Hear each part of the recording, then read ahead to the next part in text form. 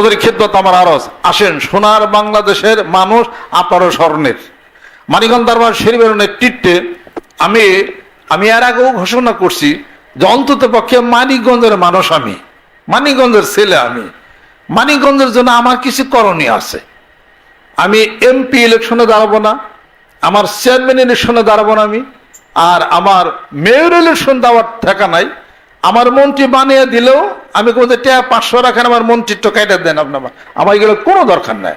আমি মানিকগঞ্জবাসী হিসাবে মানিকগঞ্জ নিয়ে আমার জল্পনা কল্পনা, বিশ্বের মানচিত্রে মানিকগঞ্জের নাম উঠবে। আমার একটা কাজ করবো মানিকগঞ্জ, যা নাকি অন্যান্য সমস্ত জেলার রোড ম্যাপ মডেল হবে মানিকগঞ্জ। বলবেন যে তাহলে আমাকে এলাকার এই কাম করে দেন, আইন আমার সাথে যোগাযোগ করেন তো না। মানিকগঞ্জ ছাড়াও কত এলাকার কত কাজ আমি করে দিছি না, এটা উপরে লোকটুক আছে, চেষ্টা করবো, আমি দিছি তো বহু কাজ করে দিছি। এই জন্য আমাকে ভোট দেওয়ার দরকার এটা, বা না আমার দরকার প্রয়োজন এটা? আল্লাহ পাক ভালো দেখবেন, এটা ভালো দেখবেন। মানিকগঞ্জবাসী আমরা সকলে মিলা সুন্দর থাকি, ভালো থাকি। এখানে একটা বিশ্ব ইজতেমা হয়, এই বিশ্ব ইজতেমা কন্ট্রাডিক্টরি কোনো তবলিগ জামাতের কোনো বিশ্ব ইজতেমার সাথে কোনো বৈরতা নাই। সেখানে যা বলে আমরাও তাই একই কথা বলি, যেটা কম বেশ আছে সেটা আপনি পূরণ করে আপনি নিতে পারেন। বাড়িতে অনুষ্ঠান হবে, আপনি পেঁয়াজ কিনবেন, পেঁয়াজের দোকানে যান। অনুষ্ঠান হবে, সরষের তেল দরকার, সরিষার তেল দোকানে সরিষার তেল আপনি নেন। অনুষ্ঠান হবে, আপনি গুড় কেনার দরকার, চিনি কেনার দরকার, ওই দোকানে যান। চিনির দোকানে মাছ চাইলে মাছ পাওয়া যাইব, পেঁয়াজের দোকানে গুস্ত চাইলে গুস্ত পাওয়া যাবে, তাহলে ওখানে যা নেন। এখানে কিছু পান নেন, আরে হুজুরের কাছে কিছু পান নেন। মধু সংগ্রহ করে নিজের জীবনটাকে সৌন্দর্যমণ্ডিত করার জন্য। আমি মধু সংগ্রহের লাইনগার্ড তার থেকে জানবো যার জীবনে সে উন্নতি করতে পারছে। মানিকগঞ্জে যারা প্রথিতযশা, যারা ব্যবসা বাণিজ্য করে, যারা উন্নতি করছে, আপনি ব্যবসা শিখতে গেলে তাদের কাছে আপনি ব্যবসা শিখতে হবে। আর আমি পিড়িগিরি করে কথা ঠিকই, যারা কাপড়ের ব্যবসা করে যারা উন্নতি করছে, আমাদের যে মৌসুমী, তারপর পারভিন ক্লথ স্টোর, তারপর রঞ্জিত, আরো যে সমস্ত যারা উন্নতি করছে, তাদের কাছে যে আমার কাপড় কিনা বিক্রি কোথায় কেমনি, এটা আমাকে অবশ্যই শিখতে হবে, এটা আমাকে জানতে আমাকে হবে, তাছাড়া তো আমার হবে না। আসেন মানিকগঞ্জবাসী, আপনাদেরকে আমি আহ্বান করি, এখানে লক্ষ লক্ষ লোক আসে। আগে কিন্তু এখানে মাহফিল হইতো, আমরা নিজেরাও ধারণা করছি আব্বা চকে জায়গা রাখে কেন। মা একদিন বললেন কি, তুমি চকে জায়গা রাখো, মানুষের তো সমালোচনা করো যে হুজুরে চকে জায়গা রাখে কেন। সে আব্বা বললেন কি, তুমি বুঝবা না, কোন একদিন এর মাসিক বাবিল হবে আর ওই জায়গায় বার্ষিক বাবিল হবে। তখন আমরাও বলছি আব্বা দরকার নাই, মানুষের খারাপ কয়, এটা আমার রাখার দরকার প্রয়োজন না। হয়তো বুঝবি না, আর পরে বুঝবি। এখন আমার বলতো আমি কত কোটি টাকার জায়গা আমি রাখছি, জায়গা রেখে মাটি ফেলে আমি কি বিক্রি করি? মানুষই এসে বসে, তাহলে আমার কষ্টের টাকাটা আমি ওখানে দিই। তাহলে এখানে ছিল, এখন বড় হয়েছে, তো 10-15 লক্ষ মানুষ এখানে হয়, 5 কোটি মানুষের টার্গেট নিয়ে মাঠে নামছে, হইয়েই কিন্তু যাইব ইনশাআল্লাহ। এটা কিন্তু হইয়েই কিন্তু যাবে। আমি আমার কথাই খুবই শক্তি নিয়ে আমি কথা বলি, ভেতরে আমার আত্মবিশ্বাস খুব বেশি। মানুষ ছোট হলে কি বল, আত্মবিশ্বাস অনেক বেশি ইনশাআল্লাহ তাআলা। এখানে যদি 1 কোটি মানুষও যদি হয়, তাহলে এই মানুষের পদচারণা মানিকগঞ্জ হবে কিনা, বেচা কিনে পারবো কিনা, টাকা পয়সা থুয়ে যাবো কিনা।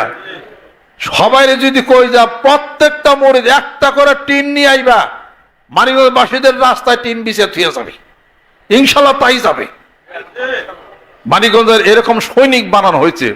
হুকুম যদি দেওয়া হয়, তার ইচ্ছা এখান থেকে লাভ দেওয়া, এই পদ্মা পারি হয়ে যাবে, সাঁতার দিবি, পিছনে কেউ তাকাবে না, ইনশাআল্লাহ তাই কিন্তু হবে। এই সৈনিক কিন্তু বানানো হচ্ছে, বানাইয়া কোনো একটা হিসিং করব, হ্যান ত্যান করবো, ওই মতলব আমার নাই। আর আল্লাহর সৈনিক, রসুলের নবীর সৈনিক হই, আল্লাহ পাকে জিকির আজকার করে সমাজে সুন্দর হয়ে একটা রোড মডেল যেন মানিকগঞ্জ দরবার শরীফ যেন হতে পারে। আজকে এখানে এত লোক আসে, আপনিও আসেন, আপনিও বসেন, জিকির আজকার করেন, মানিকগঞ্জটা সুন্দর হোক, ভালো হোক। অনেকে মনে করবেন আপনি তো মিনিস্টার না, আপনি তো এমপি না, এমপি না হলে এমপির কাম যদি করা যায় জায়গায়, এমপি না হলে এমপির কাম করা যায় কিনা, মন্ত্রী না হলেও মিনিস্টারের কাজ করা যায় কিনা, প্রমাণ আছে না নাই? কোন জায়গায়, কোন দেশে? ইরান। ইরানের এক নেতা ছিল, নাম কি? Ayatollah Khomeini. আয়াতুল্লাহ খোমেনি ঘোষণা দিয়েছিল এত কোটি টাকা তাকে দেওয়া হবে, সালমান রুশদির মাথা যাই না দিতে পারবো। তাহলে ইরানের এই নেতা, ধর্মীয় এই নেতা ইরানের প্রেসিডেন্ট ছিল না, কিন্তু তার তর্জের নিহরিতে গোটা ইরান উত্তর বসত, কারণ সে মানুষ জনদরদি সে ছিল, রাসূলের পাগল সে ছিল। ইরানের আয়াতুল্লাহ খোমেনির এই ঘোষণার পরে সালমান রুশদি যে লেখছিল স্যাটানিক ভার্সেস, ও যে ইন্দ্রের মতো বাংকারে ঢুকছে, আয়াতুল্লাহ খোমেনি মারা যাওয়ার পরে তারপর বাংকারতে পারিস। এখন তো খামিনি আছে, আগে ছিল আয়াতুল্লাহ খোমেনি, এখন হলো খামিনি আর কি এখন। তাহলে পরে ঘটনাটা কি? দেয় আমি মন্ত্রী না হইতে পারি, মিনিস্টার না হইতে পারি, মেয়র না হইতে পারে, আমার কাজের লাইন যদি আরো দূরে থাকে, সমস্যা কোন জায়গায় দেয়? সমস্যা কোন জায়গায় দেয়? কাজে কেউ চেয়ারম্যান হবে, কে এমপি হবে, হইলে কাজ করবে তা কেন? আপনার কিছুরই দরকার নেই, আল্লাহর দরকার, আপনি রাস্তার কাজ করে দেন, তবে সে বুঝবো যে মানুষকে আপনি ভালোবাসেন। কথা ঠিক বলছি কিনা জোরে ভাই? এরকম এক জায়গাতে আমি দিছি, আরো 2-3 জায়গায় আমি কাজ করে দিছি। আমি কই এলাকার এমপিগিরি করি, আমি কই এলাকার মিনিস্টার নাকি আমি? এটা তা তো আমার না। আমি মানুষ না জল্পনা করি, মানুষ না খেলি। মানিকগঞ্জ আমার জন্ম, মানিকগঞ্জের সাটুরাতে আমার জন্ম, এখানে বসবাস করি, আজ 50-60 বছর বসবাস করি। এখানকার মানুষের সাথে আমার ভালোবাসা, শ্রদ্ধা আমার আছে। কাজে আপনাদেরকে সম্মান, আপনাদেরকে শ্রদ্ধা, ভালোবাসা, আদর, স্নেহ, মায়া, মমতা। আমি কোনো পার্টি করি না, আমি মানবতার কাজ করি, মহব্বত করি, ভালোবাসি, মানুষ ভালোবাসক। আমি যদি ইচ্ছা করি যে হিন্দুদেরকে দিয়ে আমি মাহফিল করবো, আপনারা দেখতে চান? আপনারা খালি দেখতে চান, খালি কইবেন যে আপনার কথায় কয় লাখ হিন্দু আসে দেখান। আমি যে যতটুকু মানবতার কাজ তাদের মধ্যে আমি করি, আমি তো ঘোষণা দেন একটা সামাজিক ব্যাপার, সামাজিক ব্যাপার এটা হয়ে যাবে। নাহলে হিন্দুদেরকে বয়াত করে, মুরিদ করে, জিকির করে লন্ড বন্ড বাজাই দিতে পারে ইনশাল্লাহ সারা বাংলাদেশে। ফরিদপুরে গেলে অর্ধেক তো আমার মাহফিলে মুসলমান হয়, অর্ধেক হিন্দু হয়। এখানে কিছু হিন্দুদের বসার জায়গা আমি করি, ওনার মাহফিলের ভিতরে ভিতরে বসা যায়। 1 তারিখে বললাম যে কে কে আছেন, দেখে জুব্বা ভাড়া টুইবার মেলাই খারাই গেছে। আমার আল্লাহ ইটা কি ঘটনা কি? এরপর তো কত মানুষ জোর করে এইসব মুসলমান এফিডেভিট করে আসে তাকে। ঢাকায় 2 জন পেট ফুলে গেছে, ডাক্তারের সময় দিয়েছে 3 মাস। আরেকজনের তারও শেষ সময়, এই আর বাসুমার কয়দিন। আমার ডাক্তার নাকি আল্লাহ খোদা নাকি, ওই আজরাইল। আল্লাহ যদি বাঁচায় বহুদিন বাঁচবে, যান কাজ করেন, জিকির করেন। আর এই কাজ হয়ে গেলা খানগা ওখানে বাইসা রয়েছে মরণে তো। হে আমি কেউ কথা হন, আমার মুসলমান মানান, সামাজিক ব্যাপার। আপনি এবিডিবিডি করে আমি এই সমস্ত জামানের মধ্যে আমি নাইকা বানাবেন না তো ঠিক আছে। পরে একলাই দাঁড়িয়ে রাখছে, মাথায় টুপি দিছে। এই বিশ্ব ইজতেমায় টাকা টুকা সারা মাস বইরে কিছু কিছু জোগায় জোগায় রাখে, আইনা দেয়। কয় আমার মুসলমান হারা দিতে সবক করে, দিতে সবক করে। পরে আর বউ বুলাবান কয় কোন গুরুদেবের কাছে যে তুমি এর মুসলমান হইলা জিকির করলে তারা দেখাও। পরে হেরা দেখ পারেছে, হেরা অবশ্য মুসলমান হয়ে গেছে গা।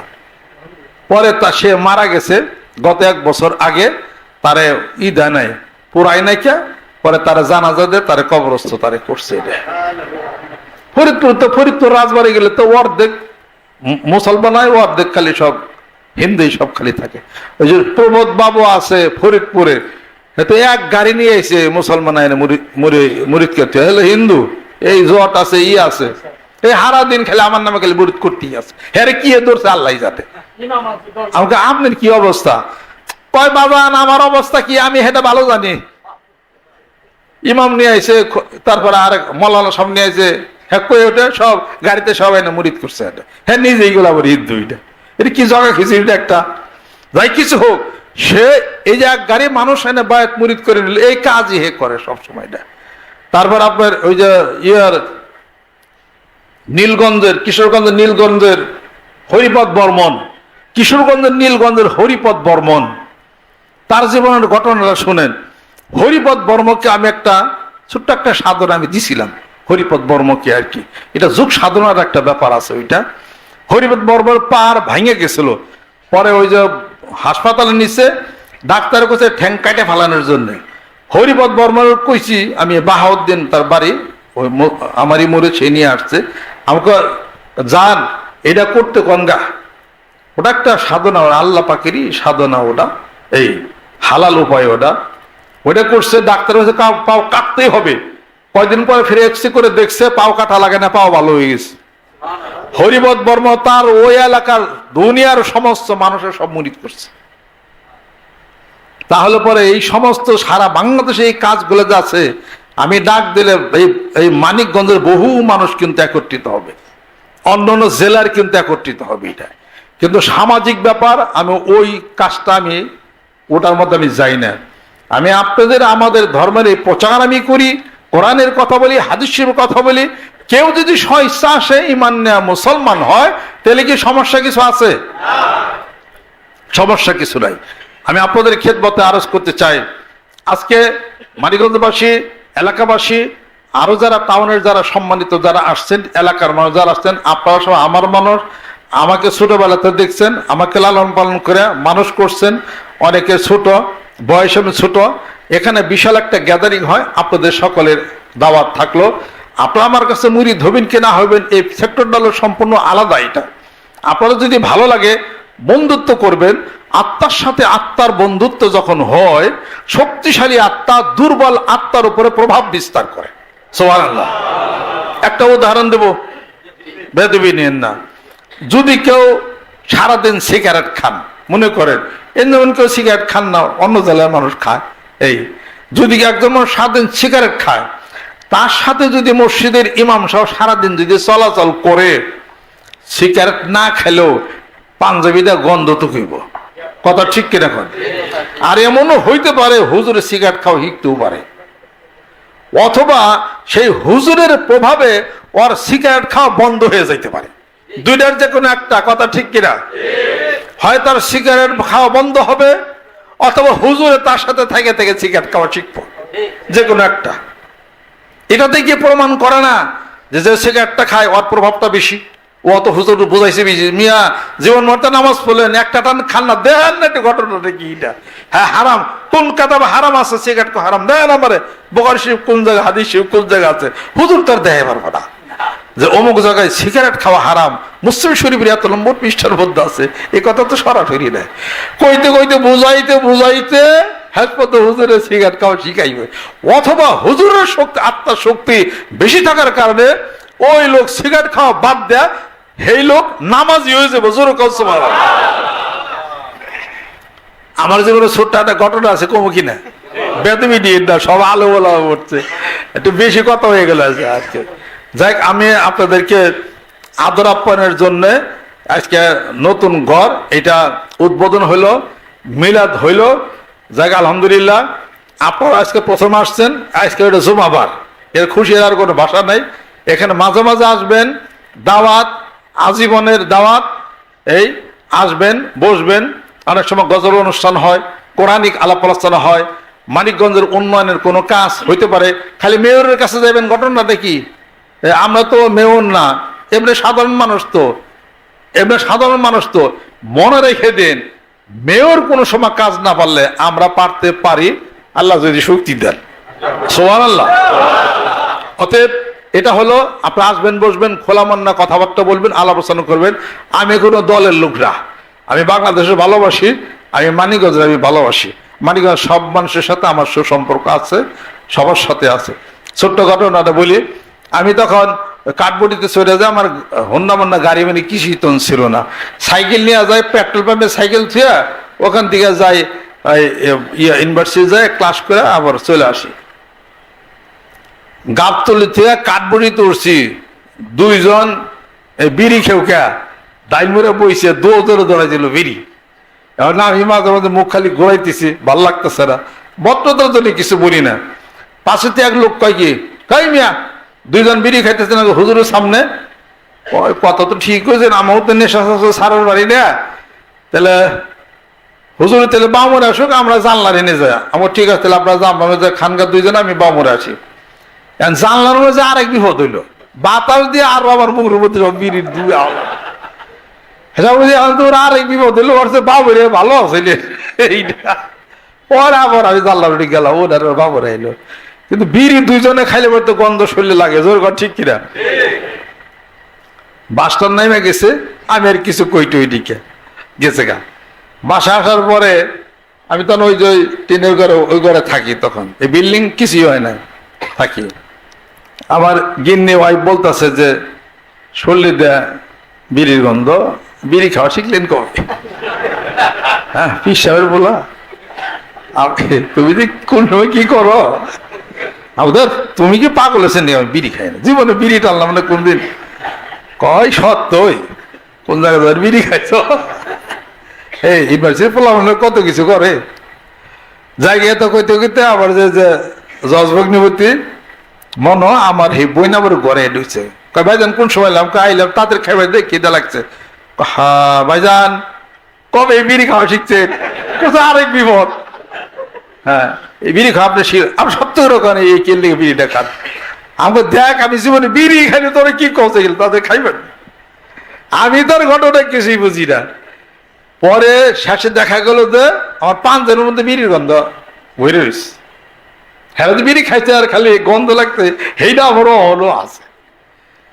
তাহলে পরে এই কথার অর্থ হলো এই, আপনি যদি আল্লাহওয়ালা মানুষের কাছে বসেন, জিকিরওয়ালার সাথে বসেন, নবী প্রেমিকের কাছে বসেন, মুত্তাকি পরহেজগার মানুষের সাথে যদি বসেন, সেই বেহেশত, সেই জান্নাত, রাসূলের প্রেমের গান আপনার শরীরে লাগতে পারে। যেরকম সুবহানাল্লাহ। এজন্য আল্লাহ পাক কোরআনুল কারীমে ইরশাদ করেন, অকুনু মা'আস সাদিকিন, ভালো ভালো বান্দার সাথে বন্ধুত্ব করো। যেরকম সুবহানাল্লাহ। আত্মার শক্তি আছে না নাই? আত্মার শক্তিশালী আত্মা দুর্বল আত্মার উপর প্রভাব বিস্তার করে, ওই আত্মা শক্তিশালী তারপরে দুর্বল আত্মাকে খালি টান শুরু করবে, টানবো খালি, টানতে টানতে কিন্তু নিয়েই যাবে উপরে। সুবহানাল্লাহ। অতএব একজন বিড়ি খায়, একজন নামাজ পড়ে, দুইজনে একসাথে চলতে পারে না। হয় বিড়ি খাওয়া বাঁধবো, অথবা হুজুরে বিড়ি খাওয়া শিখবো, দুইটার যে করে একটা হবে। আমি আপনাদের ক্ষেত্রে তারাস করতে চাই, বিড়ির প্রসঙ্গ শেষ, বিড়ির মধ্যে আমি আর যাবো না। যার যার ঠেকা হয় তারা যারা খাইবেন। আল্লাহ পাক মহান, আল্লাহ পাক বিড়ি না বৈশারও নাই, আল্লাহ পাক বিড়ি না বৈশারও নাই। কার চুল লম্বা, কার খাটা, কারা গুল টুপি, কারা চোক্কা টুপি, কারা পাঞ্জাবি ভাড়া, কারা জোবাই না, এই সমস্ত দুই নম্বরই জিনিস না আল্লাহ পাক দৌড়ায় না। আল্লাহ পাক দৌড়ান। আল্লাহ পাক বলেন, ইন্নাল্লাহা লা ইয়ানজুরু ইলা সুওয়ারিকুম, আল্লাহ পাক বলেন, বান্দা আমি তোমার চেহারা সাদা কালো খাটো কিছুর দিকে তাকায় থাকি না, আমি তাকায় থাকি তোমার অন্তরের দিকে, তোমার কলবের দিকে। ইয়াহশুরুন নাস আলা নিয়াতিহিম, তোমার নিয়ত গুণে হাসরের ময়দানে তোমার বিচার হয়ে যাবে। যেরকম সুবহানাল্লাহ। হযরত লুকমান আলাইহিস সালাতু ওয়াস সালাম খাটো ছিলেন, বেটে ছিলেন, নাক মোটা, ঠোঁট মোটা, আঙ্গুলগুলা খাটা মোটা, দেখতে কদাকার, অন্তর ছিল সাদা। যেরকম সুবহানাল্লাহ। আল্লাহ পাক বলে, লোকমান তোমার কথাগুলি আমি আল্লাহর কাছে এত ভালো লেগেছে। ওয়ালাকাদ আতাইনা লুকমানাল হিকমাতা আনিশকুরু লিল্লাহি ওয়া মা ইয়াশকুর ফাইন্নামা ইয়াশকুরু লিনাফসি ওয়া মান কাফারা ফাইন্নাল্লাহা গানিয়ুন হামিদ। লোকমানকে আমি হিকমতের জ্ঞানের প্রজ্ঞামত্তা দিছি। ওয়াইজ ক্বালা লুকমানু লিইবনিহি ওয়া হুয়া ইয়াইযুহু ইয়া বুনাইয়া লা তুশরিক বিল্লাহি ইন্না শিরকা লা যুলমুন আযীম। সে তার সন্তানকে উপদেশ দিতেছিল যে আমার সন্তান, তুমি শিরক করো না আল্লাহর সাথে, এটা সবচেয়ে বড় বেশি অত্যাচার। 5টা উপদেশ দিছিলেন। আল্লাহ পাক বললেন, আমি আল্লাহর কাছে এতই ভালো লাগছে লোকমান, তোর নামে সূরা নাজিল করলাম। জোরে কোন সুবহানাল্লাহ। তাহলে পরে সাদা আর কালো, বাহিরে কেবল, ভিতরে সবারই সমান রাঙ্গা। জোরে কোন সুবহানাল্লাহ। আব্দুল আলিমের চেহারা সাদা না কালা? তারে কালো কুকিল কইতো, কণ্ঠ ছিল ভালো, সবাই ভালোবাসত। শেষ পর্যন্ত দেখানো ওই যে ইয়ার বনানীতে, ওখানে তাকে কবরস্থ করছে সরকারি ভাবে। তাকে বেলাল রাদিয়াল্লাহু তাআলা আনহু, এদিকে যাব কেন, সাহাবাদেরকে উদাহরণ দেয়। বেলাল রাদিয়াল্লাহু তাআলা আনহু ছিলেন কালো কৃতদাস, আর তার আযান আরশ মহল্লা পর্যন্ত যাইতো। যেরকম সুবহানাল্লাহ। বেলাল আযান আরশ মহল্লায় যাইতো, ফেরেশতারা নামাজ পড়তো, সুবহানাল্লাহ। এই বিশাল একটা সম্মান মর্যাদা আল্লাহ পাক দিয়েছেন, যার ভিতরটা যত ভালো সে তত ভালো মনের মানুষ। যেরকম সুবহানাল্লাহ। ভিতর ভালো করতে গেলে ভিতরের সাধনা করতে হবে, আত্মশুদ্ধি করতে হবে। আত্মশুদ্ধির মাধ্যমে গোটা মানিকগঞ্জবাসী আমরা যারা আছি আরো সুন্দর জীবন পরিগ্রহ করতে পারবো। যেরকম সুবহানাল্লাহ। আজকে মানিকগঞ্জে যেভাবে লোক আসা শুরু করছে, আরো আসবে ইনশাআল্লাহ তাআলা। এখানে তো বসবেই, এটাও জায়গা নাও হইতে পারে, টাউনে বসবে জায়গা নাও হইতে পারে, বাস স্ট্যান্ড পর্যন্ত যাইতে পারে, এটা কিন্তু কোনো ঠিক নাই। কিন্তু এটা আমি আপনাদের খেদমতে আরজ করতেছি, আসুন মানিকগঞ্জবাসী আমরা যারা আছি সুখী জীবন হোক, সুন্দর জীবন হোক, পারিবারিক শান্তি হোক, সবাই ধনে ধনে মানে সম্মানী হয়ে যান, সবাই ভালো হোক। গোটা বাংলাদেশের যে একটা আল্লাহ জিকিরের মজমা করা হয়েছে, বাণিজ্য মেলা আছে না নাই, বই মেলা আছে না নাই, বৃক্ষ মেলা আছে না নাই, মানিকগঞ্জ দরবার শিবির জিকিরের মেলা। যেরকম জিকিরের মেলা মানে কি, যে না এসব মানুষ খালি জিকিরই করে। সুবহানাল্লাহ। এখানে নাকি আবার কি মেলা হয়, ওই যে বই মেলা, এটা ওটা হয় আর কি। এত কিছুর মেলা যদি থাকে, কোরআনুল কারীমের মেলা, জিকিরের মেলা, আল্লাহর আশিক পাগলদের মেলা, এটাও হতে পারে। যেরকম সুবহানাল্লাহ। বেতিলের রাস মেলা নাই কিন্তু আবার, ওটা কিন্তু আবার একটা রাস মেলা। আমাকে কিছু কিছু মানুষ সমালোচনা করে, হুজুর এটা মেলা জমাইছে, মনে মনে আসি যে ঠিকই কইছা, যা জিকিরের মেলা, জিকিরটা তুই যা আর কি। জিকিরের মধ্যে কি আছে, জিকির না করলে কখনো এটা বোঝা যাবে না। জিকির হলো সুবহানাল্লাহ, আলহামদুলিল্লাহ, আল্লাহু আকবার। বিজ্ঞান আবিষ্কার করেছে এই কথাটি মানুষ যখন বলে ইথারের সঙ্গে, তখন কথাটা ভাসতে শুরু করে। ভাসতে ভাসতে পৃথিবীর এক প্রান্তে একটা গাছ যখন অক্সিজেন ছাড়ে, অক্সিজেন পৃথিবীর অপর প্রান্তে চলে যায়, লাগে মাত্র সময় 8 মিনিট। যেরকম সুবহানাল্লাহ। মানুষ যখন সুবহানাল্লাহ বলে, জিকির করে, হুজ্জাতুল্লাহিল বালিগা শাহ ওলিউল্লাহ মুহাদ্দিস দেহলভী রাহমাতুল্লাহ লেখা, আমরা ঢাকা আলিয়াতে পড়ছি, ফেকা গ্রুপে আমরা পড়ছি, ওখানে একবার সুবহানাল্লাহ বলে, আলহামদুলিল্লাহ বলে, আল্লাহু আকবার বলে, এই কথাটা উড়া শুরু করে। উড়তে উড়তে মহান মাবুদের আরশ বহনকারী যত ফেরেশতাগুলি আছে, ওই ফেরেশতাদেরকে বলা হয় মালায়ালা। ফেরেশতাদের পাখার মধ্যে ধাক্কা লাগে, একবার সুবহানাল্লাহ বলে একটা ধাক্কা লাগে, আবার আলহামদুলিল্লাহ বলে আরেকটা ধাক্কা লাগে, আল্লাহু আকবার বলে আরেকটা ধাক্কা লাগে। এইভাবে ধাক্কা যখন লাগতে থাকে, ওই আরশ বহনকারী বড় বড় ফেরেশতারা বলে, আল্লাহ পাক আমাদের এই পাখার মধ্যে কেন খটখট শব্দ হয়? আল্লাহ পাক বলতেছেন, আমার বান্দা ওইখানে বসে একটু জিকির করে, সুবহানাল্লাহ বলে, আলহামদুলিল্লাহ, আল্লাহু আকবার বলে, ওই ধাক্কা ফেরেশতারা তোমাদের পাখার মধ্যে লাগতে থাকে। যেরকম সুবহানাল্লাহ। মহান আল্লাহ কত বড়, ওই আল্লাহর চেয়ারটা কত বড়, ওই আল্লাহর আরশটা কত বড়, সেই আরশ বহন করে রয়েছে ফেরেশতারা কত বড়। যেরকম সুবহানাল্লাহ। আল্লাহ পাক বলেন, ও ফেরেশতারা, তোমরা দুনিয়ার সমস্ত ছোট ছোট ফেরেশতাদেরকে বলে দাও, তারা যেন ওই লোকটার যতগুলো সমস্যা অসুবিধাগুলি আছে, সমস্যাগুলির যেন সমাধান করে দেয়। আর ওই ফেরেশতারা আশেপাশের প্রতিবেশী আর দুনিয়ার সমস্ত মানুষদের অন্তরের মধ্যে যেন কথাগুলি ঢেলে দেয়, তারা যেন যিনি জিকির করে তারে যেন ভালোবাসে। যেরকম সুবহানাল্লাহ। এদিকে আমি বলি না, কেতাবে আছে। যেরকম আল্লাহর নবী সাল্লাল্লাহু আলাইহি সাল্লাম নামাজ পড়তেছেন, নামাজ পড়ার প্রাক্কালে একটু তন্দ্রা এসে গেছে, তন্দ্রা এসে গেছে। ওই তন্দ্রা অবস্থায় দেখতেছেন মহান মাবুদ বলতেছেন, ও নবী আপনি কি জানেন মালায়ালা কি? আল্লাহর নবী সাল্লাল্লাহু আলাইহি সাল্লাম বলেন, আমি তো বলতে পারি না মালায়ালা কি। আবার বলেন, ও রাসূল আপনি কি জানেন কাফফারাত কি? আল্লাহর নবী বলেন, তাও বলতে পারি না।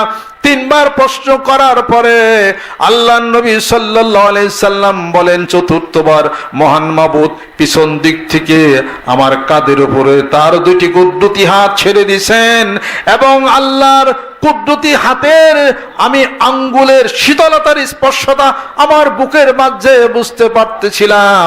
এইবার আল্লাহ পাক বলেন, ও নবী বন্ধু এবার বলেন তো মালায়ালা কি? আল্লাহর নবী সাল্লাল্লাহু আলাইহি সাল্লাম উত্তর দিতেছেন, আল্লাহ গো এবার আমি বলতে পারতেছি মালায়ালা কি। সেগুলো হলো আপনার আরশ বহনকারী ফেরেশতা। জোরে জোরে কন্যা সুবহানাল্লাহ।